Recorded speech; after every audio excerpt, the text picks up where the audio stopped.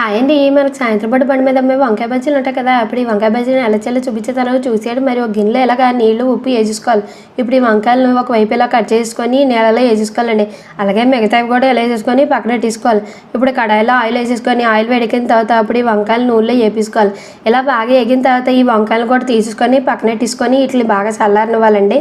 ఇది చల్లారేలోపు వంకాయల స్టఫ్కి ఉల్లికారం చేసుకోవాలండి. ఉల్లిపాయలు, ఎండుమిరపకాయలు, బెల్లం, జీలకర్ర, చింతపండు ఇవన్నీ మిక్సీ జార్లో వేసేసుకొని కొద్దిగా ఉప్పు వేసేసుకొని మూతెట్టేసుకొని మిక్సీ ఆడేసుకోవాలండి. ఇప్పుడు ఈ వంకాయలు ఈ ఉల్లికారాన్ని బాగా కూరేసుకోవాలండి. ఇలా వంకాయలు కూరేసుకొని పక్కన పెట్టేసుకోవాలండి. ఇప్పుడు గిన్నె తీసుకొని ఒక గ్లాస్ శనగపిండి, 2 స్పూన్లు బియ్యం పిండి, ఒక సోడా గుండ, పసుపు, వాము, ఉప్పు వేసేసుకొని కొద్దిగా నీళ్లు పోసేసుకొని ఇలా బాగా కలిపేసుకోవాలండి. ఈ కన్సిస్టెన్సీ వచ్చేలా బాగా కలిపేసుకొని ఇప్పుడు ఈ వంకాయలు ఇలా గ్లాసులో వేసుకొని పిండిలో ముంచేసుకొని ఆయిల్లో వేసేసుకోవాలండి. ఈ వంకాయలు బాగా ఏగనివ్వాలండి. ఇలా వంకాయలు బాగా ఎగిన తర్వాత ప్లేట్లోకి తీసేసుకొని సర్వ్ చేసేసుకోవాలి. వంకాయని ఇలా ఉల్లికారంలో ముంచుకొని తింటే ఉన్నదండి అబ్బబ్బా రుచి